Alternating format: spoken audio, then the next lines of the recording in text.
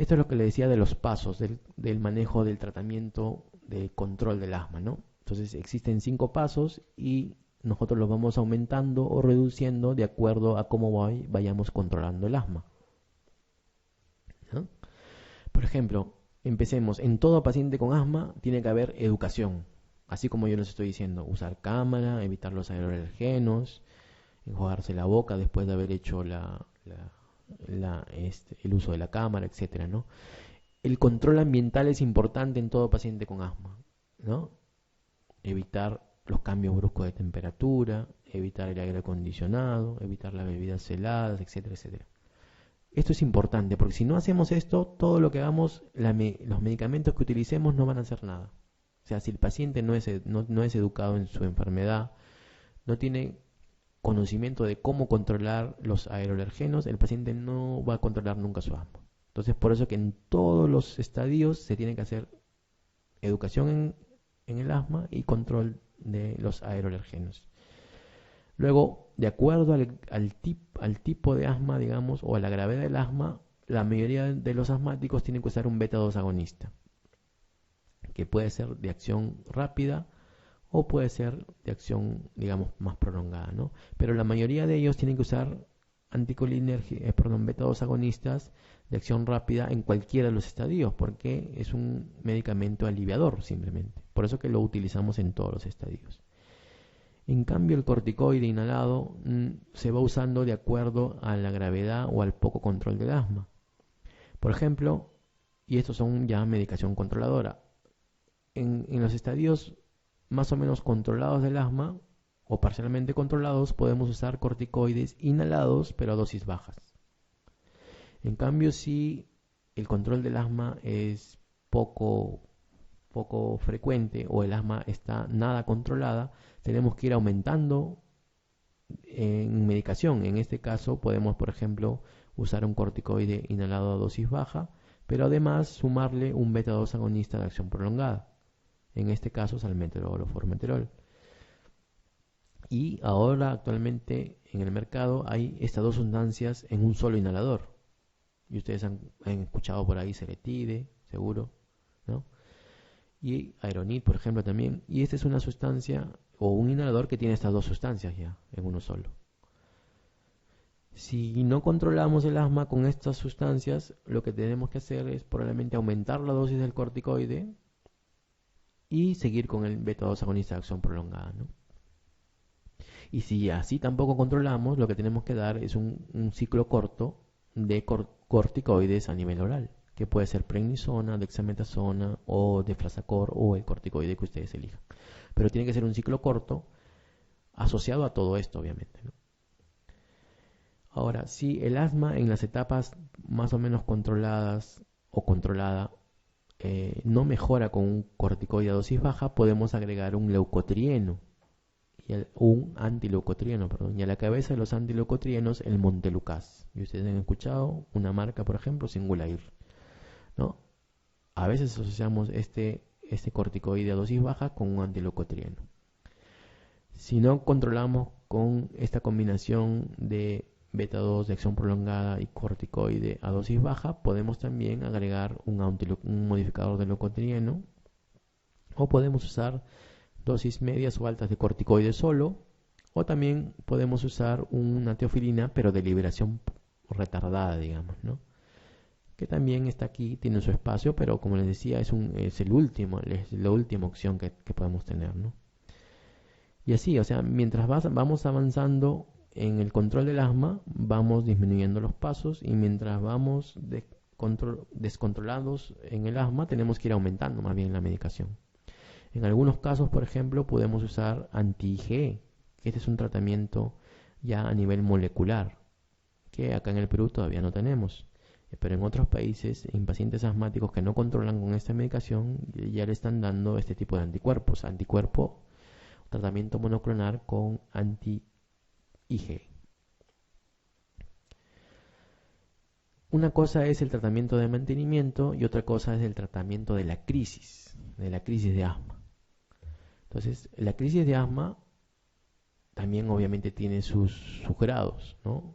Hay grados leves, moderados o graves, e incluso paradas respiratorias inminentes en una crisis de asma. Y esto tenemos que diferenciarlo de acuerdo a algunos parámetros. Y estos parámetros generalmente son los que mencionamos acá: la disnea, el habla, la conciencia, la frecuencia respiratoria, el uso de músculos accesorios, los sibilantes al examen, el pulso y las pruebas funcionales, un pico flujo y un AGA, donde vamos a ver o vamos a medir la presión arterial de oxígeno y la presión arterial de CO2 y también la saturación. Pero miren, vamos viendo que cuando tenemos un paciente con una disnea, por ejemplo, al caminar o que puede tumbarse, es leve. Si tenemos un paciente que habla frases largas, o sea que habla, es leve. Pero mira, si tenemos un paciente que ya no habla o que habla palabras nada más o frases cortas, está obviamente yéndose a la gravedad. Si tenemos un paciente con disnea severa o incluso en reposo, obviamente que se está yendo a la gravedad. Si tenemos un paciente, obviamente mientras más confundido, más grave. Mientras menos confundido, así como ustedes, menos grave. Aunque por acá veo varios graves, varios confundidos y con sueño. Bueno, y a propósito de eso, les cuento una anécdota así para que se despierten. Una vez en una consulta me vino un paciente, una señorita, que entró corriendo, desesperada, que quería entrar a la consulta, y se sentó frente a mí y me empezó a hablar y me empezó a decir que tenía una crisis de asma, según ella, ¿no? Y que le examinara porque estaba con crisis de asma. Entonces yo voy, le examino y le encuentro sibilantes en gran cantidad. Miren, y a propósito de esto, sibilantes en gran cantidad, pero ella me seguía hablando y me decía: doctor, tengo una crisis de asma, por favor, tiene que tratarme, que estoy desesperada, que he salido del trabajo y no sé qué. Desesperada, ¿no? Entonces yo le decía, crisis de asma. En realidad eso no es una crisis de asma. La paciente está hablando y hablaba frases recontra largas. La paciente estaba bien consciente porque sabía a lo que venía. La paciente tenía sibilantes. Cuando a un paciente le escuchamos sibilantes, probablemente no esté en crisis. Cuando tenemos ausencia de sibilantes o tórax silente es cuando está en crisis. A propósito de ella, ¿no? Y obviamente que no estaba nada agitada, más bien estaba agitada por lo que ella lo que quería era un descanso médico. Y me decía que estaba en crisis según ella, ¿no? Y que tenía que darle un descanso médico. Y obviamente yo, al saberme esta tablita, sabía que eso no era una crisis de asma y que tampoco necesitaba descanso médico. Y obviamente no le di descanso médico. Y salió gritando y me salió diciendo que me iba a denunciar y que no sé qué. Bueno, y salió recordándose hasta de mi abuelita. De verdad. Entonces, ¿qué crisis de asma era esa? Obviamente eso no era una crisis de asma, ¿no?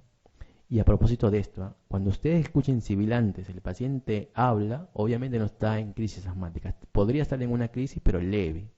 Y obviamente no necesita descanso.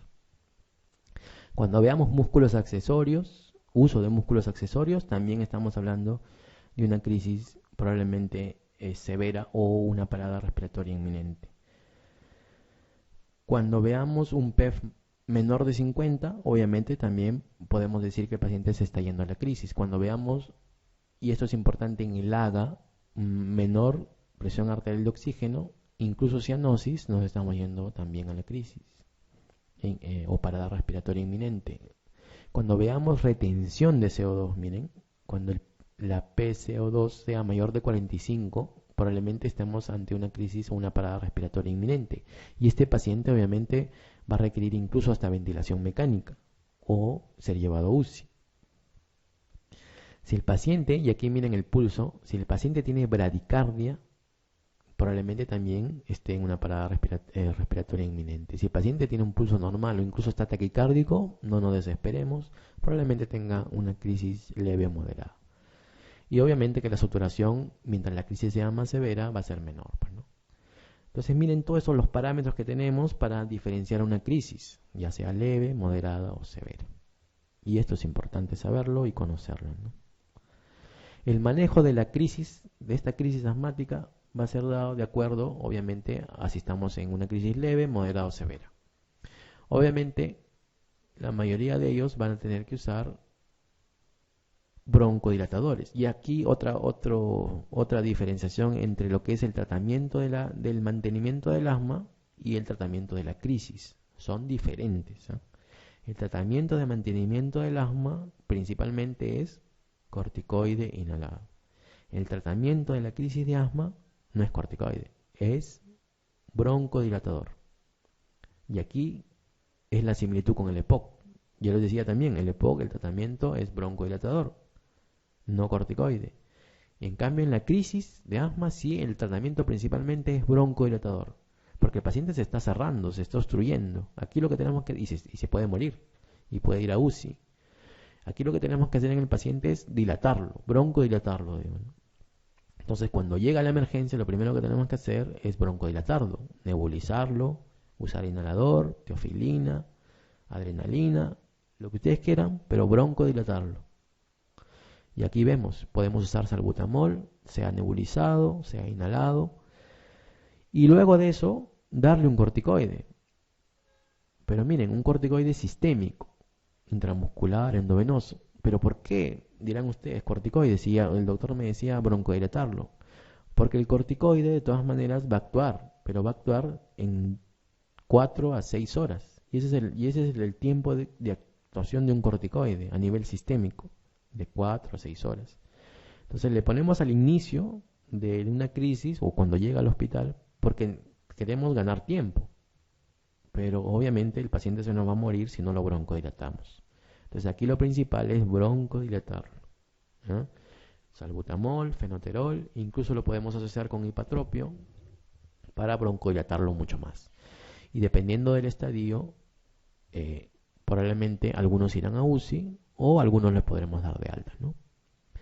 Si ya le damos de alta, el paciente tiene que ir con su tratamiento de mantenimiento, en este caso su corticoide inhalado, e incluso podemos darle algunos ciclos cortos de corticoide sistémico. Y si la crisis es más severa, no solo tenemos que darle salbutamol, podemos darle también hipatropio, hidrocortisona incluso endovenosa, y también obviamente su tratamiento de glucocorticoide inhalado que el paciente ya usaba. Y obviamente siempre tener cuidado con la saturación, con el PES, porque este paciente ha sido un paciente grave o moderado o una crisis tan severa que podría incluso volver a recaer, ¿no? Otra forma de asma o otro tipo de asma es el asma inducida por AINES. El asma inducida por AINES está relacionado con el asma inducida por aspirina, ¿ya? Pero no solo aspirina, sino cualquier AINE.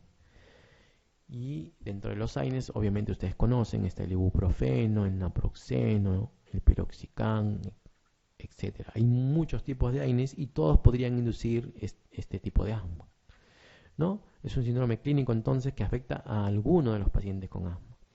Y aquí lo característico es que luego de tomar esta pastillita, el paciente empieza a tener síntomas rápidos, a los 30 minutos, incluso a las 3 horas, ¿no?, de la ingesta. Obviamente hace crisis de asma. Y generalmente está relacionado con esta inhibición de la ciclooxigenasa que producen estos AINES, ¿no?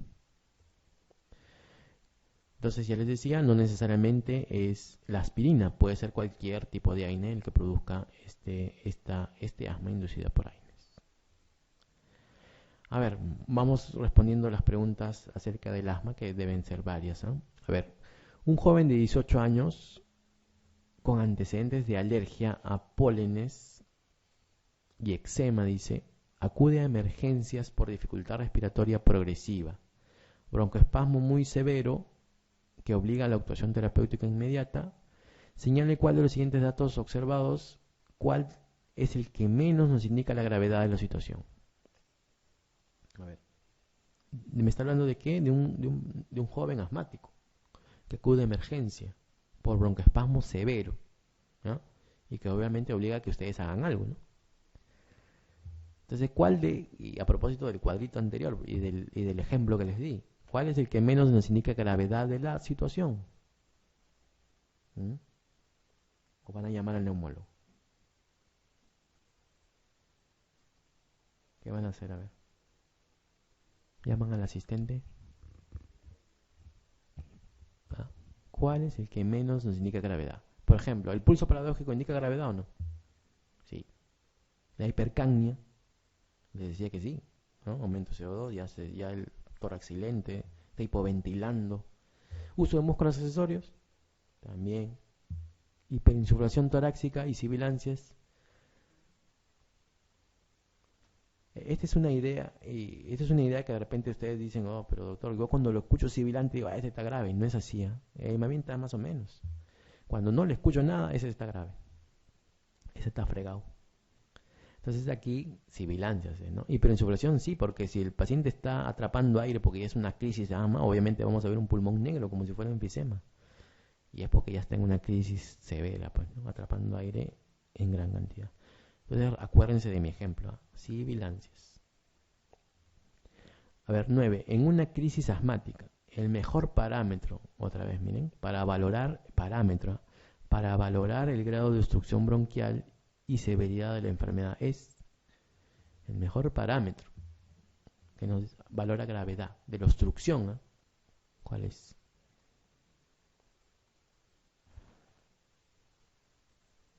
¿Será un síntoma o será un examen auxiliar el mejor parámetro? ¿Será subjetivo o será objetivo? Gasometría. Obstrucción, dice.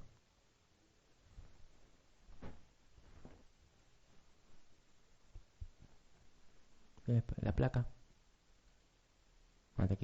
¿Entre cuáles están? A ver. ¿O están seguros que es gasometría? Entre sibilancias y gasometría.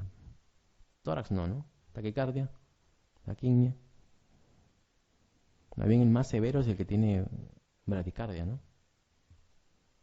El más severo es el que ya no está taquignéico, sino ya está silente, ya está a la justa, ya no respira, digamos. ¿Cuál sería?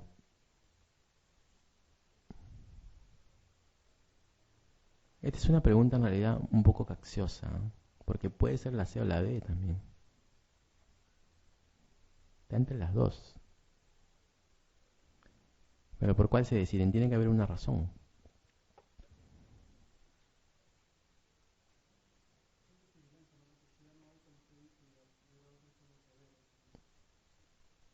Claro. Eso, o sea, si tú escuchas que ya no hay sibilancias, o mejor dicho, no escuchas nada, ese ya es severo. Ese ya está obstruido. Cambia la gasometría, no necesariamente, o sea, la gasometría, el CO2 ya va a estar elevado cuando ya esté en el ventilador, seguramente, ya cuando ya está premortem.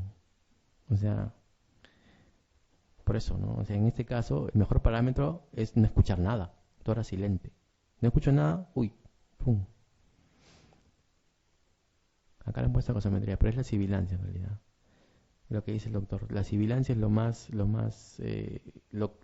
mejor, ¿no? En la gasometría, siempre y cuando el paciente ya esté pues en una obstrucción ya premortem, digamos, ¿no? Y eso no va a ser un parámetro fácil de objetivar, ¿no? A ver, 10. Los siguientes fármacos pueden asociarse con la inducción de un ataque agudo de asma, excepto uno, dice acá, ¿no?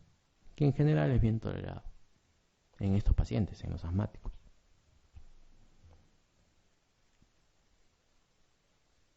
O sea, me está hablando de que hay un montón de AINES y por ahí uno que no es AINE.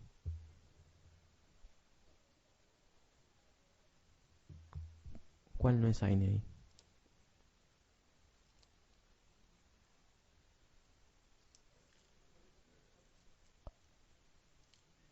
El naproxeno, el de Chemo, el Apronax. ¿Se acuerdan de Chemo, no? La propaganda. Ese es un AINE. Aspirina, obviamente. Indometacina también es un AINE. Ya, nos queda acetaminofén y ácido mefenámico. ¿Qué es el ácido mefenámico? Ese tenían duda, ¿no? Ese es un AINE también, pero es un AINE antigua. Por eso que no, de repente no lo conocen, pero es un AINE también. El acetaminofén, paracetamol, obviamente no tiene que ver con esta inducción de asma, ¿no? Por AINE. Esta es la misma. Sí. A ver, ¿cuál de los siguientes fármacos constituye un tratamiento de fondo en el asma? ¿cuál de los siguientes fármacos constituye el tratamiento de fondo del asma? O de mantenimiento, me está queriendo decir acá.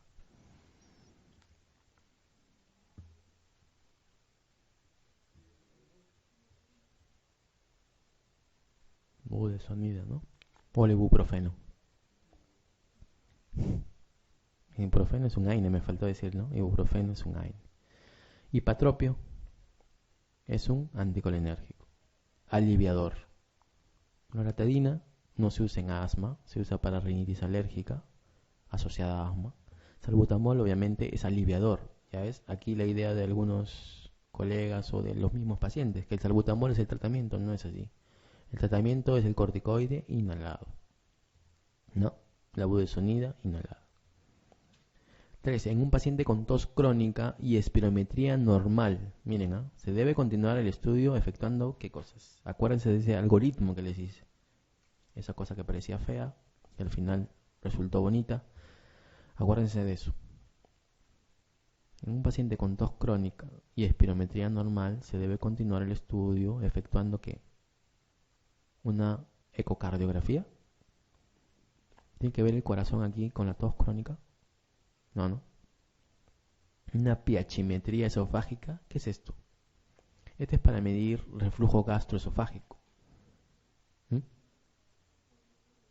¿Podría ser? ¿Qué crees? ¿Estaba en el algoritmo de tos crónica? La piachimetría esofágica. Podría ser, pero acá hay otras más precisas. Ah, sí. Sí.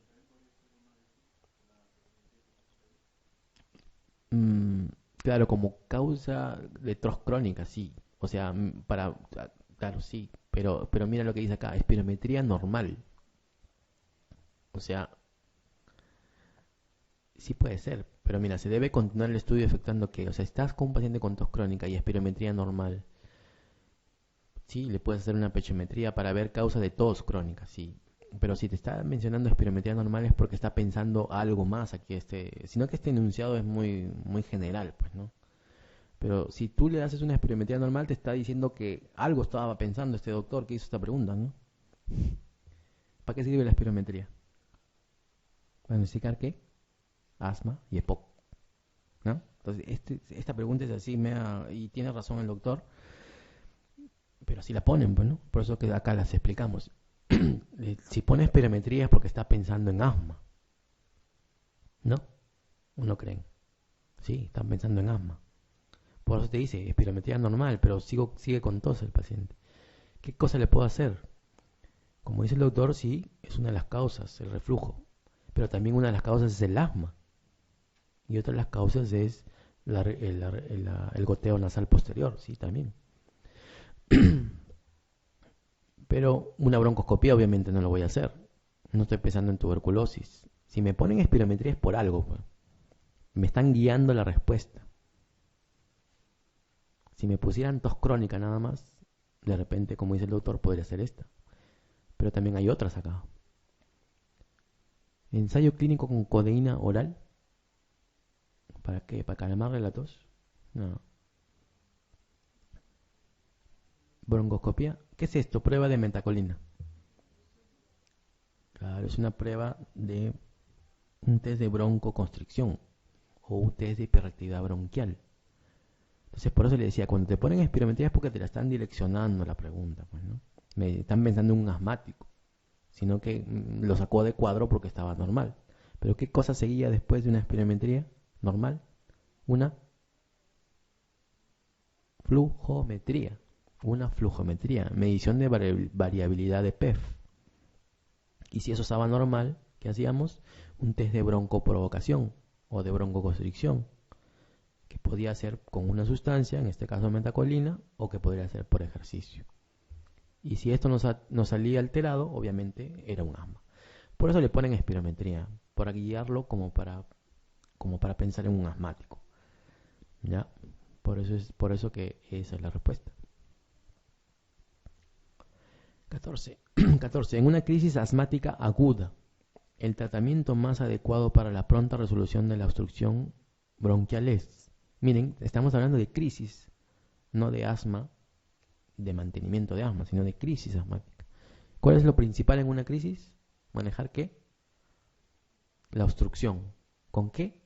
Con broncodilatadores, ¿no? Entonces, acá dice, el tratamiento más adecuado para la pronta resolución, para que no se me obstruya más, pues ¿cuáles? Los broncodilatadores. ¿Cuál de estos es un broncodilatador? ¿Qué se usa más? La epinefrina, adrenalina, que es lo mismo, teofilina, corticoide. En crisis ya usamos corticoide endovenoso como para rápidamente resolver la obstrucción, rápidamente. Ya les decía, corticoide endovenoso 4 a 6 horas. Eso es rápido. ¿Qué es lo que rápidamente hacemos cuando viene un asmático? Todo el mundo lo hace ya mecánicamente, nebulizarlo, ¿no? ¿Y eso qué es? Es un beta 2. Es un beta 2 agonista adrenérgico. Entonces eso es lo que tenemos que hacer, broncodilatarlo. Por eso que aquí esa es la respuesta, un beta 2 agonista adrenérgico en aerosol, que es lo que se ha visto es el mejor tratamiento broncodilatador actualmente, ¿no? La adrenalina y la teofilina han sido casi dejadas de lado por sus efectos adversos. Y el corticoide obviamente no es pues la respuesta. Anticolinérgico se suma siempre a un beta 2 agonista. No es que el anticolinérgico solo sea el manejo del asma, ¿no? Bueno, eso con lo del asma, ¿no? Ahora vamos a hablar acerca del TEP o tromboembolismo pulmonar, ¿no? El tromboembolismo pulmonar, bueno, tiene que ver, obviamente, como su nombre lo dice, con un émbolo a nivel de la arteria pulmonar, o un trombo, o un tromboembolismo a nivel del pulmón o de la arteria pulmonar. ¿Y dónde se produce esto? Generalmente, en la mayoría de los casos, 95%, el émbolo o el trombo viene del sistema venoso profundo de los miembros inferiores, o sea, de las piernas, ¿no? De las grandes venas proximales. Y en menor frecuencia puede venir de más arriba, o sea, de la rodilla para arriba, ¿no? Puede ser en zona femoral o en zona pélvica. Incluso hasta del brazo puede venir un émbolo, pero eso es muy poco frecuente.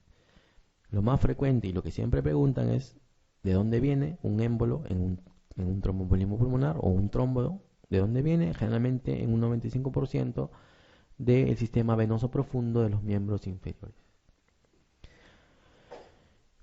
Ocasionalmente, cuando un tromboembolismo pulmonar es masivo, puede producir hipertensión pulmonar aguda y también col pulmonar agudo. Y eso se lo recalco porque mayormente el TEC no produce hipertensión pulmonar ni tampoco COR, pero cuando es masivo, masivo quiere decir de las dos arterias o de los troncos de las dos arterias principales, es cuando se produce este tromboembolismo pulmonar y hipertensión pulmonar y COR agudo, ¿no? Y eso cómo lo medimos en una ecocardio. O sea, todo paciente que tenga una sospecha de tromboembolismo masivo hay que hacerle un ecocardio. ¿Justamente para qué? Para ver esta hipertensión pulmonar aguda y este COR pulmonar agudo. Y esto es importante para saber la clínica del tromboembolismo pulmonar. Y esto se hizo, digamos, un estudio en muchos pacientes con tromboembolismo y se encontraron estos parámetros, digamos, que nos daban, si sumábamos estos valores, una cierta probabilidad clínica de estar presentes frente a un embolismo pulmonar. Por ejemplo, estos autores, si encontraron signología o sintomatología de trombosis venosa profunda, ¿no? O sea, edema en miembro inferior, dolor en miembro inferior, etcétera, eritema, etcétera, tenía 3 puntos y el paciente para pensar que era un tromboembolismo pulmonar, la causa de sus síntomas. Si tenía diagnósticos diferenciales menos posibles que TEC, tenía 3 puntos. O sea, esto quiere decir, por ejemplo, si descartamos que fuera una neumonía, o si descartábamos que fuera un asma, o si descartáramos que fuera un EPOC, y ninguna de esas era la causa, entonces le dábamos 3 puntos más, porque probablemente sea un TEC, la causa de sus síntomas. Si tenía una taquicardia mayor de 100 por minuto, le dábamos 1.5 puntos. Si el paciente había sido operado hace poco, hace 4 semanas, o inmovilizado por X motivos, un ACV, etcétera, hace 4 semanas o un mes, tenía 1.5 puntos. Si el paciente hemoctizaba, 1 punto. Si el paciente tenía un antecedente de trombosis venosa profunda, antecedente, no sintomatología, sino antecedente de trombosis venosa profunda o tromboembolismo pulmonar anterior, 1.5 puntos. Si el paciente cursaba con un cáncer, con una neoplasia en ese momento o en los últimos 6 meses, 1 punto. Entonces, sumando esta puntuación, teníamos una probabilidad cada vez más alta, si el valor salía más alto, o cada vez más baja, dependiendo de esos valores, ¿no? Por ejemplo, si teníamos menos de 2 puntos, la probabilidad era muy baja de que sea un tromboembolismo. 5 a 10% de esos pacientes tenían ese cuadro. En cambio, si el puntaje sumaba más de 6 quiere decir, por ejemplo, este de aquí, más ese de aquí, más el cáncer, por ejemplo, o más la hemoptisis, ya teníamos más de 6, 7 casi, la probabilidad de que sea esto un TEC era muy alta, 70-90% que eso es un tromboembolismo. En cambio, si estábamos entre 2 a 6, la probabilidad era moderada, ¿no? Un 25-45% de probabilidad. Entonces, miren qué importante es esto de aquí, estos cuadritos, porque nos dan la probabilidad clínica de estar frente a un tromboembolismo. Pero ya les decía, no todo en medicina es sintomatología o clínica, hay que ser objetivos. Y aquí, ¿qué hacemos? Exámenes auxiliares. Dímero D, angiotomografía y gammagrafía también, ventiloperfusión, etcétera, para confirmar el diagnóstico. Siguiendo con la sintomatología, tenemos que ver cuáles son los síntomas y signos más frecuentes. Ellos también lo preguntan, ¿no? El síntoma más frecuente del tromboembolismo pulmonar es la disnea, en un 73%, la disnea. El signo más frecuente de un tromboembolismo pulmonar es la taquignia, o sea, la respiración rápida, ¿no? Y no la taquicardia, miren, ¿no? No necesariamente la taquicardia, pero sí la taquignia. El paciente tiene que estar con respiración rápida y tiene además que tener disnea, o sea, que está agitado, él se siente agitado, le falta el aire por algún motivo. Y además, como vemos aquí, dolor pleurítico también, ¿no? En un 66%. Entonces, miren, esos 3 síntomas dan una gran probabilidad de TEC también. Paciente que ha sido operado, que ha tenido un cáncer, que está inmovilizado, etcétera, y presenta de manera súbita disnea, dolor pleurítico y taquignia, probablemente estemos hablando o estemos frente a un paciente con tromboembolismo pulmonar. Miren, sibilancia 9%, eso no es un síntoma característico. Diaforesis tampoco, dolor de piernas no tanto, pero sí los 3 principales, ¿no? Disnea, dolor pleurítico o torácico y taquignia. Ni la tos tampoco es un síntoma frecuente. Les decía, siempre hay que ser objetivos y en este caso tenemos que tener un examen que nos ayude o varios exámenes que nos ayuden al diagnóstico. Así tenemos el dímero D. El dímero D es importante como factor de screening, digamos, de un tromboembolismo pulmonar. ¿Por qué? Porque generalmente el dímero D se va a elevar cuando existe justamente esta degradación de fibrina, justamente por estos émbolos que se producen, o por esta alteración a nivel de la cascada de coagulación, y esto hace elevar el dímero D. Sin embargo, este dímero D sube en muchas condiciones, no simplemente un tromboembolismo pulmonar. Puede subir también en pacientes que han sido posoperados, que están postrados mucho tiempo, en obesos, en pacientes con cáncer. En ellos también el dímero D puede estar elevado, no siendo un tromboembolismo pulmonar. Por eso que tiene una gran cantidad de falsos positivos. Y por eso es que el dímero D se considera importante más bien cuando nos sale negativo. Si el dímero D nos sale negativo, eso es importante. Si nos sale positivo, nos va a marear. Porque puede ser TEC, puede ser cáncer, puede ser porque está postrado, puede ser porque tuvo un ACV hace poco y por eso no camina, etcétera, etcétera. O sea, cuando el dímero D nos sale alto, nos fregamos, como quien dice, porque tenemos muchos diagnósticos probables que tenemos que investigar. En cambio, cuando el dímero D nos sale negativo, decimos esto no es un TEC, ¿no? Entonces, la importancia del dímero D es por su valor predictivo negativo, no por su valor predictivo positivo. Porque si nos sale positivo, ya les decía, nos va a más bien complicar las cosas. Si nos sale negativo, sí nos ayuda, ¿ya? Entonces, eso es importante. El dímero D, su valor es por el valor predictivo negativo. En el caso de otros exámenes auxiliares que utilizamos, por ejemplo, tenemos la radiografía del tórax, obviamente, y lo más frecuente aquí es que la radiografía sea normal, ¿ya? O sea, paciente que tiene disnea, dolor pleurítico, taquimia, dímero D positivo, placa normal, probablemente sea un tromboembolismo normal. Si tenemos una placa alterada, digamos flema, digamos condensación, digamos líquido, estamos hablando de otra cosa. Esa es la causa pues de la disnea, ¿no? El líquido, la condensación, o sea, la neumonía, la telectasia, etcétera. Salud. Uy, hay varias gripes acá. Que abrí la ventana, ¿sabes? Justo vino el neumólogo hoy día. Me escuchaba estornudar a todos, ¿sabes? ¿Quién faltó a estornudar? Yo, el que habla. Eh, Se están contagiando mucho, ¿eh? Y también abrigados algunos también, ¿no?